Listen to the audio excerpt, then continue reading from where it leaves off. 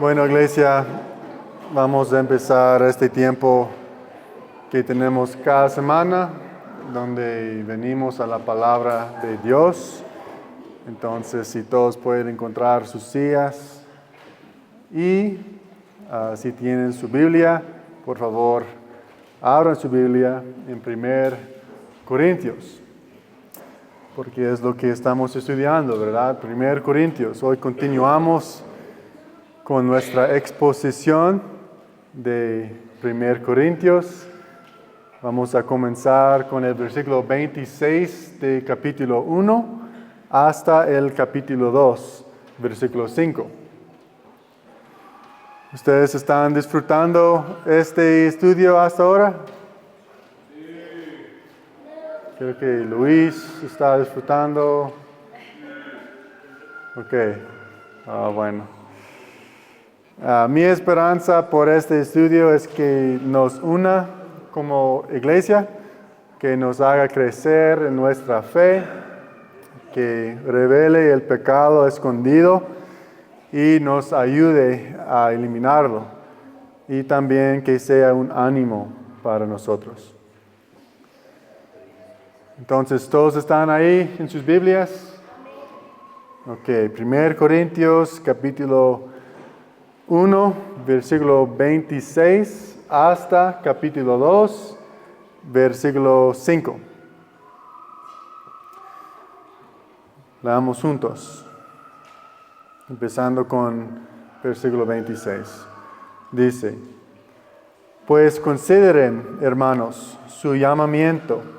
No hubo muchos sabios conforme a la carne, ni muchos poderosos, ni muchos nobles, sino que Dios ha escogido lo necio del mundo para avergonzar a los sabios, y Dios ha escogido lo débil del mundo para avergonzar a lo que es fuerte. También Dios ha escogido lo vil y despreciado del mundo, lo que no es, para anular lo que es, para que nadie se jacte delante de Dios. Pero por obra suya están ustedes en Cristo Jesús, el cual se hizo para nosotros sabiduría de Dios y justificación, santificación y redención, para que, tal como está escrito, el que se gloríe en el Señor. Por eso, cuando fui a ustedes, hermanos, proclamándoles el testimonio de Dios, no fui con superioridad de palabra o de sabiduría, porque nada me propuse saber entre ustedes excepto a Jesucristo y este crucificado.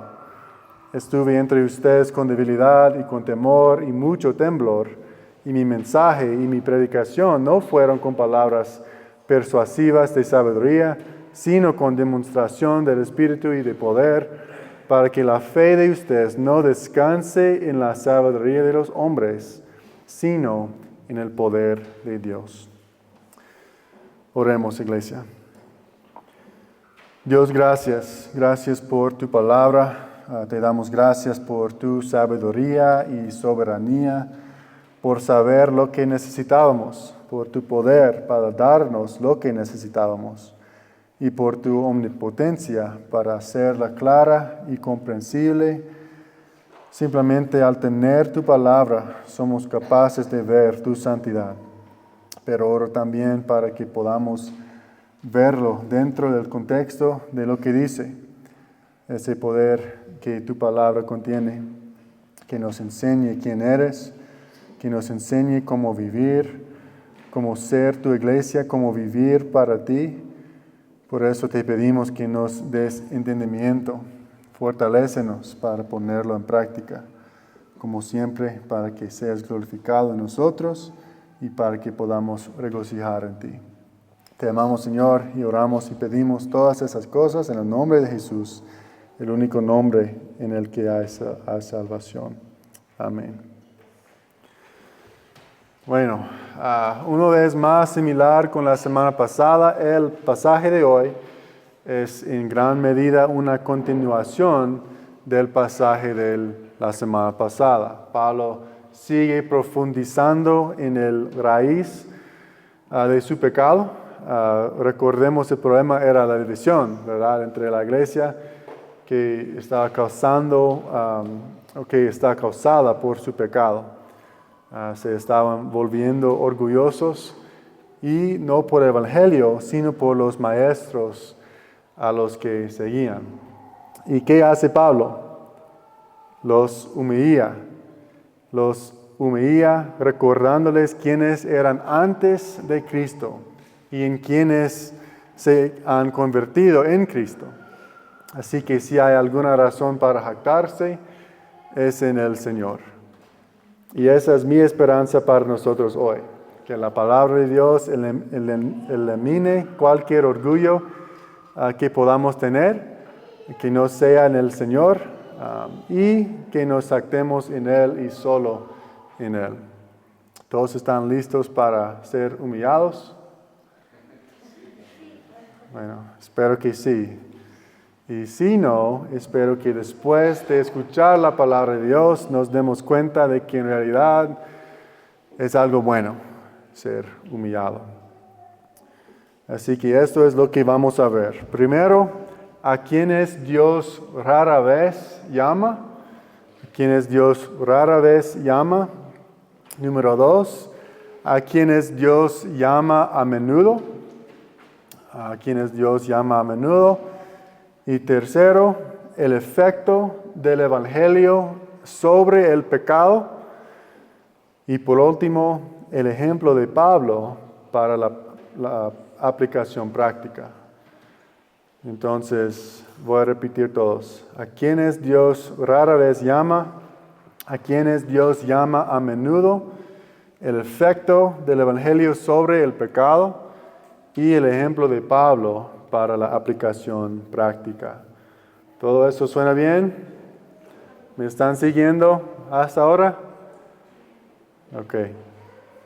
Bueno, comencemos con nuestro primer punto. Pablo comienza en el versículo 26 recordándole a la iglesia de Corinto quiénes eran antes de que Dios llamara. Leemos el versículo de nuevo. Dice: pues consideren, hermanos, su llamamiento. No hubo muchos sabios conforme a la carne, ni muchos poderosos, ni muchos nobles. Pablo definitivamente quiere que esto sea un ánimo, un recordatorio de su estado antes de que Cristo les salvó, pero habría sido difícil para la iglesia de Corinto no tomarlo como una reprimenda. Si recuerdan, la semana pasada hablamos de la diferencia entre la sabiduría humana y la sabiduría divina o espiritual. Pero aquí Pablo está diciendo que incluso según la sabiduría mundana, según los estándares del mundo, todavía no eran sabios. Tampoco eran poderosos, tampoco eran nobles. Conectando eso con la causa de su división, Pablo está diciendo esencialmente, ¿cómo es que ahora te jactas? Afirmando ser más sabio que los demás, más poderoso y más importante, cuando antes eras el necio, el débil y el insignificante. No tiene ningún sentido, ¿verdad? Bueno,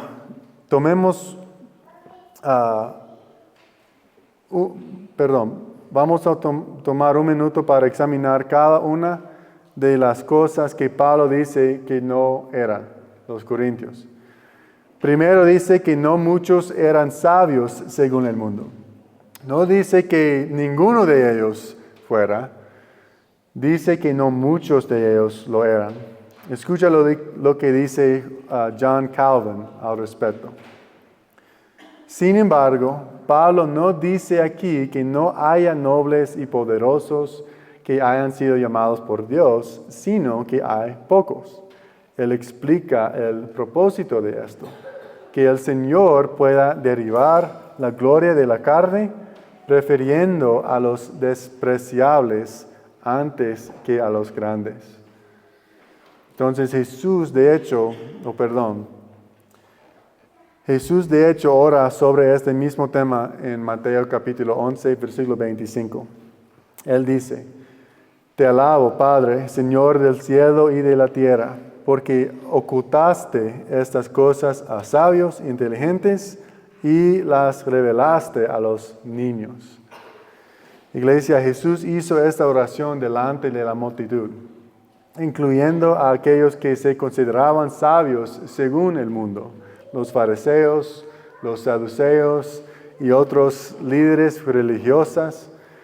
Por lo tanto, se dirigía a ellos con esta oración tanto como al Padre. Quería que ellos supieran que Dios quiere fe y nada más. La sabiduría de los humanos no puede contribuir a la salvación. Si acaso hace algo es que le quite el valor, porque la gente la ve y le da crédito a su sabiduría en lugar de a Dios.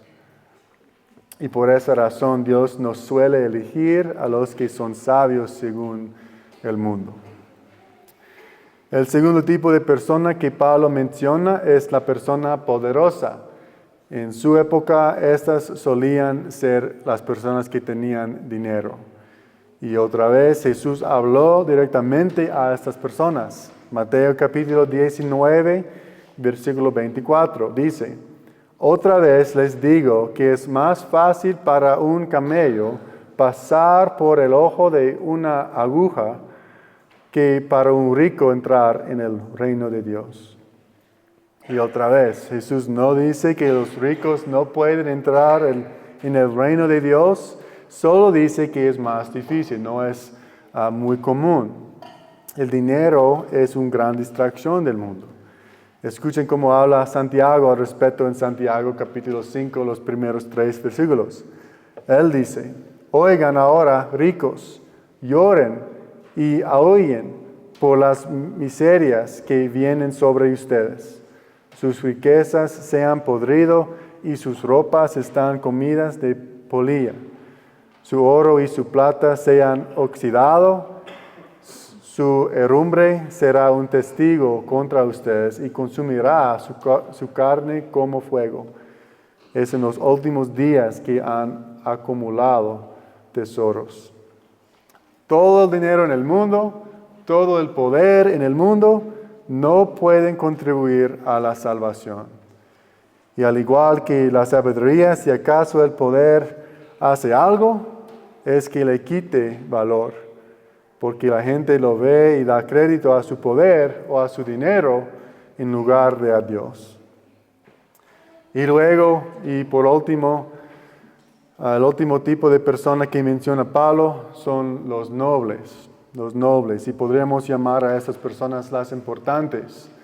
No muchos de los corintios eran importantes, al menos no según los estándares del mundo. Este grupo podría haber incluido a miembros del Sanhedrin o de la realeza romana, pero una vez más, lo que Pablo quiere decir aquí es que no se daba preferencia a los que eran considerados como importantes. Y una vez más, en todo caso, su importancia se habría considerado un detrimento, porque el mundo da crédito a su importancia en lugar a Dios. Ahora, quiero ser muy claro aquí, porque Pablo no está diciendo que las personas sabias, poderosas o importantes no puedan ser salvas. No están diciendo que ninguno de los corintios fuera sabio, poderoso o importante. Dijo, no muchos. Y esto es cierto en cuanto a cómo opera Dios normalmente. Dios es más glorificado cuando los humildes son elevados que cuando los elevados son elevados. Por ejemplo, el Campeonato Nacional de Fútbol Americano en el nivel de los universitarios fue la semana pasada, el campeonato. Y el equipo que ganó tiene una historia muy increíble. En la historia de este equipo, se llama los Indiana Hoosiers, han perdido el segundo mayor número de partidos de todos los tiempos. El segundo mayor perdidos. Han perdido más de 700 o 700 partidos. Y hace 2 años contrataron a un nuevo entrenador, un nuevo coach. Y el año anterior a la llegada del entrenador, el equipo solo ganó 3 partidos. 2 años después, este año, ganaron 16 partidos, incluyendo el campeonato nacional.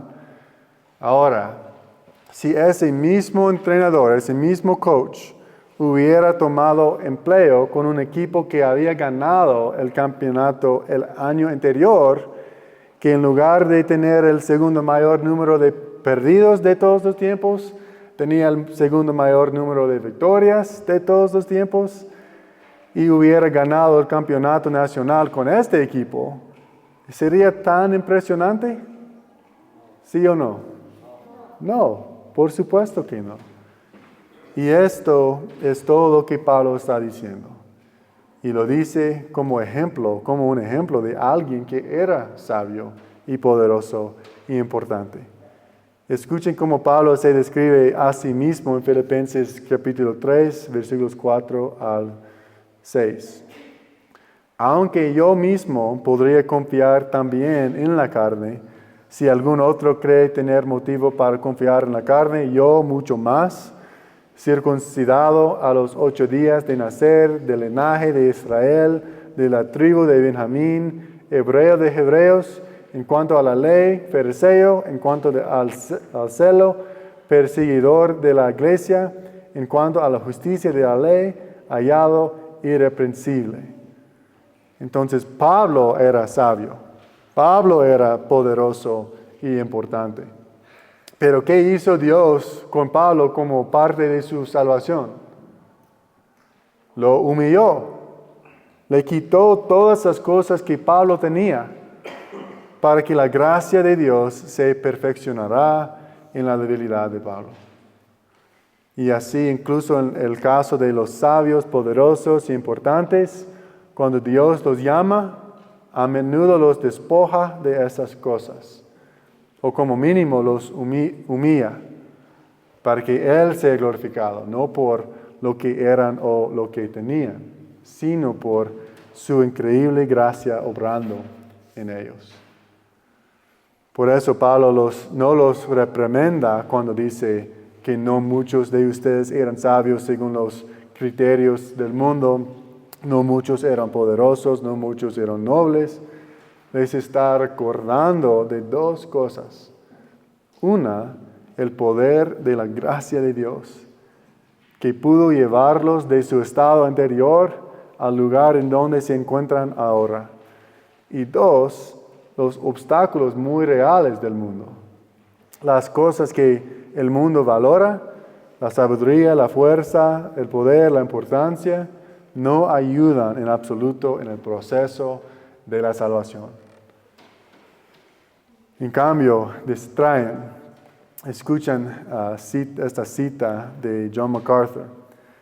Él dice, un creyente torpe y sencillo y sin educación que ha confiado en Jesucristo como su Salvador y que sigue fiel y humildemente a su Señor es infinitivamente más sabio que el brillante doctorado que se burla del Evangelio. El creyente sencillo conoce el perdón, el amor, la gracia, la vida, la esperanza, la palabra de Dios, a Dios mismo. Él puede ver la eternidad, mientras el doctorado incrédulo, por otro lado, no sabe nada más allá de sus libros, su propia mente y su propia experiencia. No ve nada más allá de esta vida y no puede ser considerado más que un necio. Y así Pablo les recuerda a quienes Dios rara vez llama. Si continuamos con los versículos 27 al 29, podemos ver a quién llama a Dios a menudo. De otro lado, si no llama a menudo a los sabios, los poderosos o a los importantes, entonces ¿a quién llama? Leemos juntos los versículos 27 al 29. Sino que Dios ha escogido lo necio del mundo para avergonzar a los sabios. Y Dios ha escogido los débiles del mundo para avergonzar a lo que es fuerte. También Dios ha escogido lo vil y despreciado del mundo, lo que no es, para anular lo que es, para que nadie se jacte delante de Dios. Entonces Dios escogió a los necios, escogió a los débiles, escogió a los viles y, y despreciados, y escogió a aquellos considerados como nada. Pablo habla de lo contrario de lo que acaba de mencionar. En lugar de los sabios, él elige a los necios. La palabra en griego significa literalmente sin inteligencia, los no inteligentes, no brillantes. Jesús a menudo se refiere a aquellos a quienes ha llamado como ovejas, un animal tradicionalmente tonto, o como niños que en comparación con los adultos no saben mucho. Y Pablo dice que Dios realmente usará a los necios para avergonzar a los sabios. Y en lugar de los poderosos, Él elige a los débiles y utiliza a los débiles del mundo para avergonzar a los fuertes. Los utiliza poderosamente por amor a su nombre. Este es un patrón que podemos ver a lo largo de las Escrituras. Por ejemplo, Sara era anciana y estéril, pero Dios trajo a su descendencia del pacto a través de ella. Jacob era un engañador y tenía una discapacidad física, pero continuó la promesa del pacto de Dios y Dios le dio el nombre Israel. O Josué fue traicionado, esclavizado y encarcelado, pero Dios lo usó para preservar a su pueblo durante la hambruna. O Moisés no podría hablar muy bien, era un fugitivo, pero Dios lo usó para liberar a su pueblo. Incluso el pueblo de Israel, todo el pueblo. Deuteronomio 7:7 nos dice que Israel era el más pequeño, el menor de todos. Y este patrón continuó a través de todas las personas importantes de las Escrituras. Rahab, Gedeón, Jefté, Elías, Josías, Esther, Jeremías, Ezequiel, hasta llegar a Jesús, quien se humilló hasta el punto de parecer débil a los ojos del mundo. Pero Dios usó su aparente debilidad y la debilidad de muchas para avergonzar a los fuertes. Y finalmente, en lugar de los importantes, Él elige a los viles y despreciados según el mundo.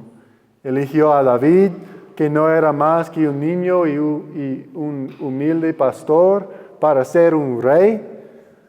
Eligió a Amós, que no era más que un granjero sin educación, para ser profeta de su pueblo. Las personas que pueden no ser consideradas importantes a los ojos del mundo, son consideradas importantes por el Dios del universo. Entonces, ¿a quién elige Dios? A los necios, a los débiles, a los viles y despreciados. Y por si eso no fuera suficiente, Pablo termina diciendo, incluso lo que no es. Básicamente se refiere a los desconocidos, aquellos que no son nada. En Grecia, esta misma frase que usó Pablo era uno de los peores insultos que se le podía lanzar a una persona. La frase se reservaba para los esclavos y los más viles entre los viles. Pero Pablo dice que estas son las personas a las que Dios llama. Tal vez el mejor ejemplo de esto sea Juan el Bautista. Escuchen cómo lo describe John MacArthur. Él no tenía educación formal, ni formación en ningún oficio o profesión, ni dinero, ni rango militar, ni cargo político, ni pedigrí social, ni prestigio, ni apariencia impresionante, ni dotes oratorias. Sin embargo, ¿qué dijo Jesús sobre él? Mateo 11:11. En verdad les digo que entre los nacidos de mujer no se ha levantado nadie mayor que Juan el Bautista. Juan el Bautista no era grande según los estándares del mundo, pero se volvió grande porque Dios lo llamó por la gracia de Dios, por el poder del Evangelio. Así que pasemos por un momento, iglesia. Si estás aquí y eres un creyente, piensen por un rato de tu antiguo llamado.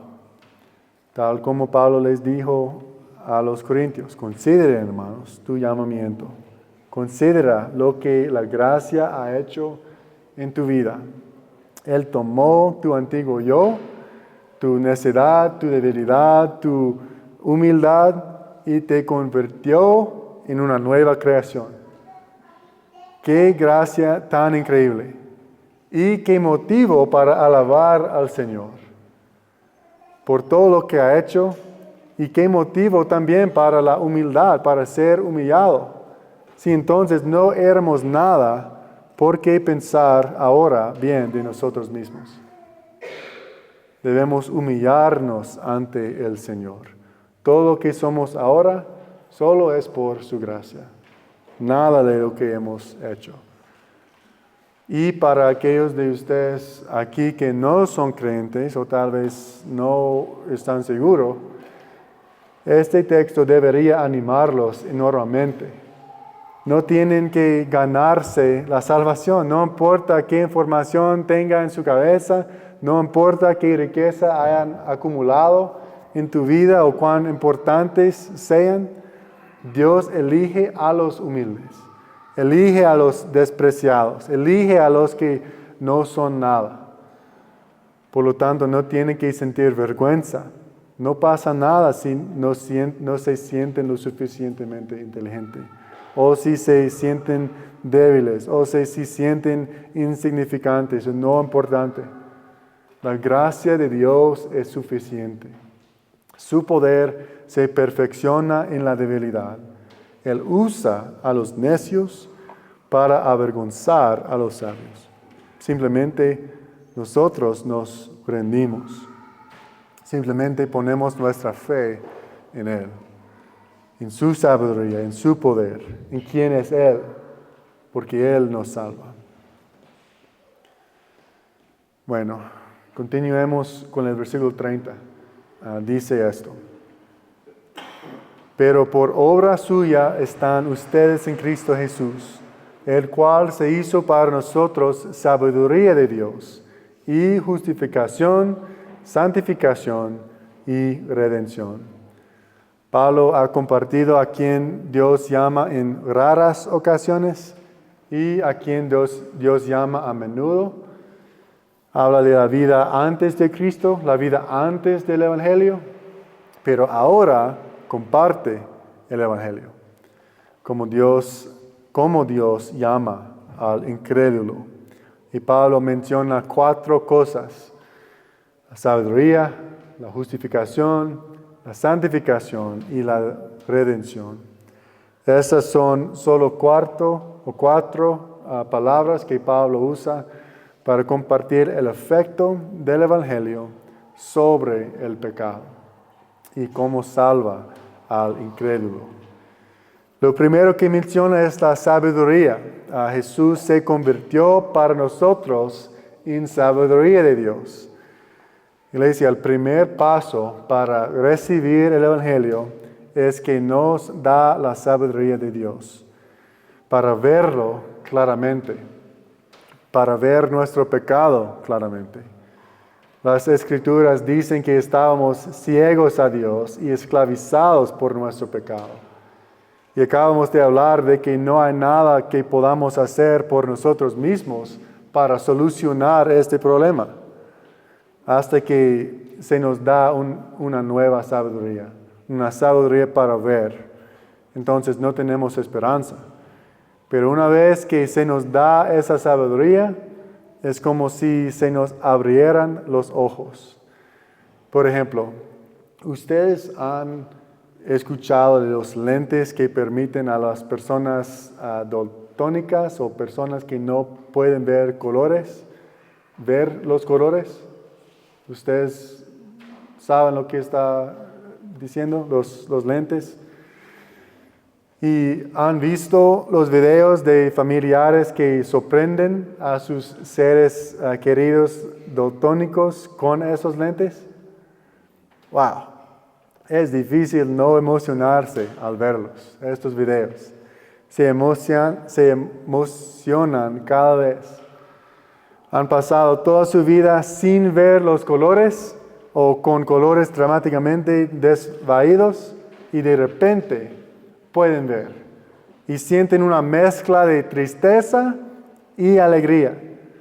Tristeza porque se dan cuenta de cómo han estado viviendo sin colores, de lo aburrida que era su visión anterior, pero también se sienten felices por la belleza de lo que ahora pueden ver.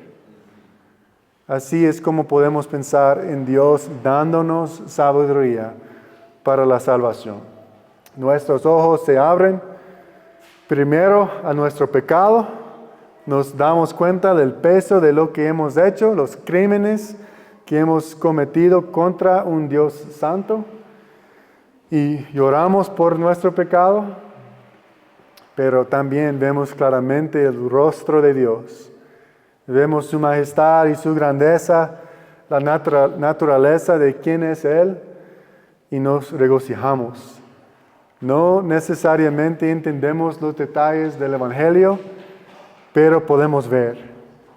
Y así la sabiduría nos permite ver a Dios y por lo tanto nuestro pecado. Lo siguiente que menciona Pablo es la justicia. La justicia de Cristo paga la consecuencia del pecado. Así que ahora no solo vemos el pecado, sino que somos liberados de la consecuencia de este pecado.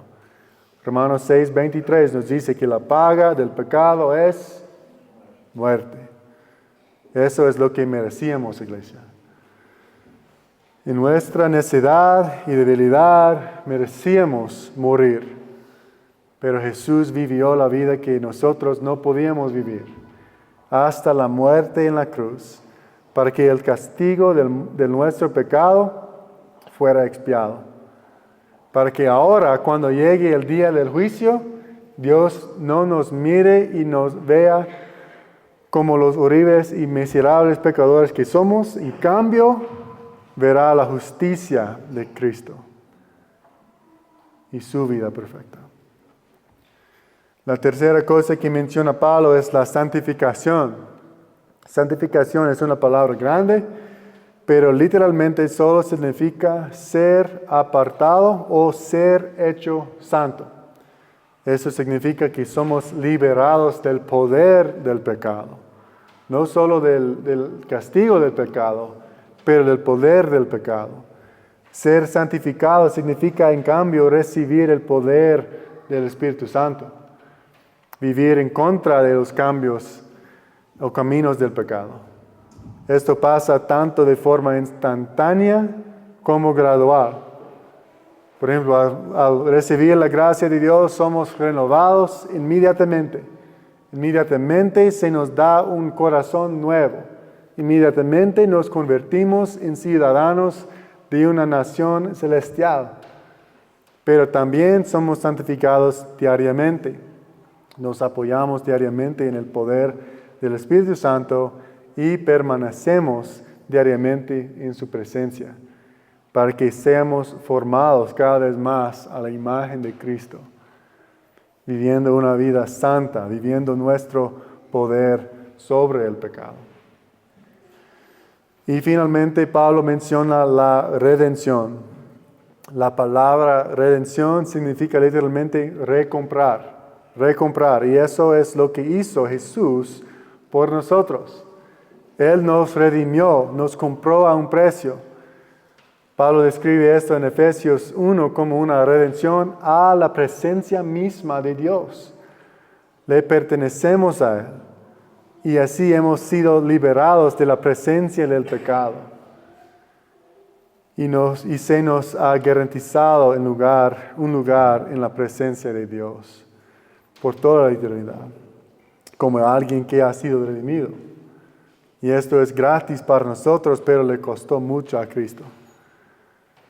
1 Pedro capítulo 1, versículos 18 al 19, dice: Ustedes saben que no fueron redimidos de su vana manera de vivir heredada de sus padres con cosas perecederas como oro o plata, sino como sangre preciosa, como de un cordero sin tacha y sin mancha, la sangre de Cristo. Y así estas 4 cosas, iglesia, son el efecto del Evangelio sobre el pecado y son la forma en que somos renovados. Por la sabiduría de Cristo, nuestro pecado se hace visible. Por su obra de justicia, somos liberados del castigo del pecado. Por su obra santificadora, somos liberados del poder del pecado. Y por su obra redentora, somos liberados de la presencia del pecado. Eso es el Evangelio. Esa es la buena noticia. No importa cómo fuera tu vida o cómo sea ahora, el Evangelio tiene el poder de exponer el pecado y liberarnos de su castigo, su poder y su presencia. Y nos convierte en una nueva creación. Bueno, veamos los últimos versículos de nuestro texto de hoy. 20 o 31, el último versículo del capítulo 1, hasta capítulo 2, versículo 5. Dicen: para que, tal como está escrito, el que se gloríe en el Señor. Por eso cuando fui a ustedes, hermanos, proclamándoles el testimonio de Dios, no fui con superioridad de palabra o de sabiduría, porque nada me propuse saber entre ustedes excepto a Jesucristo y este crucificado. Estuve entre ustedes con debilidad y con temor y mucho temblor.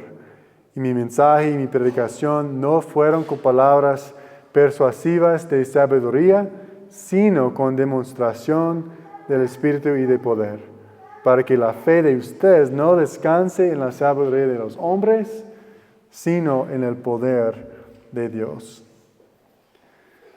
Aquí vemos la aplicación práctica que Pablo hace de las verdades que ha estado compartiendo. Él dice que no vino con debilidad, temor y temblor, sin palabras de sabiduría ni palabras persuasivas. ¿Suena eso como alguien sabio y poderoso y importante? No. Pero para Pablo es intencional. Fue una decisión por Pablo. Recuerden, él solía ser un fariseo. Era celoso y influyente. Él fue importante. Por lo tanto, no es que Pablo haya perdido su capacidad de ser elocuente y significativo ahora que se ha convertido en cristiano. No, Pablo está eligiendo intencionalmente dejar morir esas cosas, para que todo lo que tenga que comunicar sea Cristo y Cristo crucificado. Para que todo lo que tenga, eso es lo que dice. Porque nada me propuse saber entre ustedes excepto a Jesucristo y este crucificado. ¿Y por qué Pablo haría eso? Primero, para que él mismo no olvidara la gracia de la cruz, para que él mismo no dependiera en sus propios dones, sabiduría o poder, sino que dependiera completamente de Cristo, para que él disminuyera y Cristo aumentara. Pero además Pablo no quería confundir a los corintios, ni a nadie, añadiendo cosas al Evangelio. Por ejemplo, si Pablo predicaba con gran elocuencia y sabiduría humana y la gente se unía a la iglesia, sería más difícil saber si esa persona se unía por la sabiduría, la justicia, la santificación y la redención de la cruz, o si simplemente les gustaba la carisma, la personalidad o el estilo del predicador. No quería distraer la atención con la forma en que comunicaba el Evangelio. Y estas son dos luchas muy reales para la gente de hoy. También, iglesia, no es solo para los corintios. Los corintios se asocian o los cristianos hoy y los corintios se asocian con diferentes maestros, predicadores. A veces elegimos las iglesias no por su precisión bíblica, sino por su estilo de adoración, sus programas o su ambiente. Debemos mantener a Cristo en el centro, Cristo crucificado. Ese es el poder por el que vivimos. Y ese es el mensaje que predicamos, este es el Evangelio. Por eso el versículo 31 dice que nos gloriamos en el Señor, nos gloriamos en Él y en Él o en nada más. Bueno, iglesia, al terminar quiero hacer un breve resumen de lo que hemos hablado, junto con algunas aplicaciones prácticas. Pablo ha estado trabajando en los corazones de los corintios. El problema externo era la visión, pero la raíz era el orgullo, jactarse de las personas, el estatus y lo que el mundo valora. Así que Pablo les dice, considera su llamamiento. No muchos de ustedes eran sabios, poderosos o importantes. Y luego muestra el patrón de Dios. Dios eligió lo que es necio, débil, bajo y despreciado, incluso a aquellos que eran considerados como nada, para que ningún ser humano pudiera jactarse en presencia de Dios y para que Él fuera glorificado. Luego Pablo dirige nuestra mirada hacia Cristo y el efecto del Evangelio sobre el pecado. Por Él, ustedes están en Cristo Jesús. Cristo se convirtió para nosotros en sabiduría, justicia, santificación y redención. En otras palabras, Dios nos abre los ojos, Cristo paga nuestra consecuencia, el Espíritu rompe el poder del pecado y Dios asegura nuestro futuro en su presencia. Así que si hay algo de que jactarse, es en el Señor, no es en nosotros mismos. Y Pablo da ejemplo de ello. No está escribiendo palabras vacías, no utiliza un lenguaje lujoso, ni usa la astucia. Se presenta con debilidad, temor y temblor, decidido a no saber nada entre ellos excepto a Jesucristo y a Él crucificado, para que su fe no se basará en la sabiduría del hombre, sino en el poder del Dios. Así que aquí hay algunas aplicaciones sencillas por nosotros hoy. Primero, debemos arrepentirnos de jactarnos, no solo de la forma obvia, sino también de la forma silenciosa, confiando en nuestro conocimiento, nuestra estabilidad, nuestra imagen, nuestra fuerza. La cruz no deja lugar para jactarnos. Llega con las manos vacías. Segundo, no debemos esconder nuestra debilidad, sino llevarla a Dios. No debemos esconder nuestra debilidad, sino llevarla a Dios. La debilidad no te descalifica. A menudo es donde Dios muestra su fuerza. Así que acércate a Él con sinceridad, en la oración, en la palabra, con el pueblo de Dios, con la iglesia. porque su gracia es suficiente. Tercero, mantén a Cristo crucificado en el centro a través de los medios ordinarios de la gracia. No busques lo extravagante,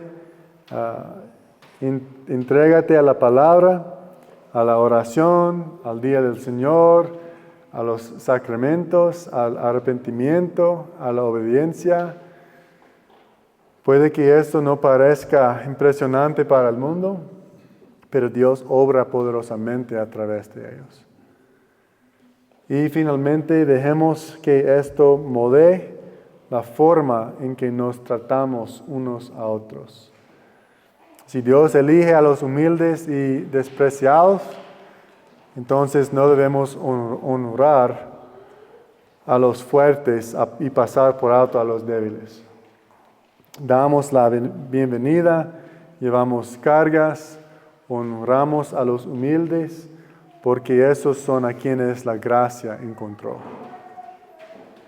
Así que, iglesia, consideremos nuestro llamado, consideremos a nuestro Salvador y que nuestro único orgullo sea Jesucristo y el crucificado.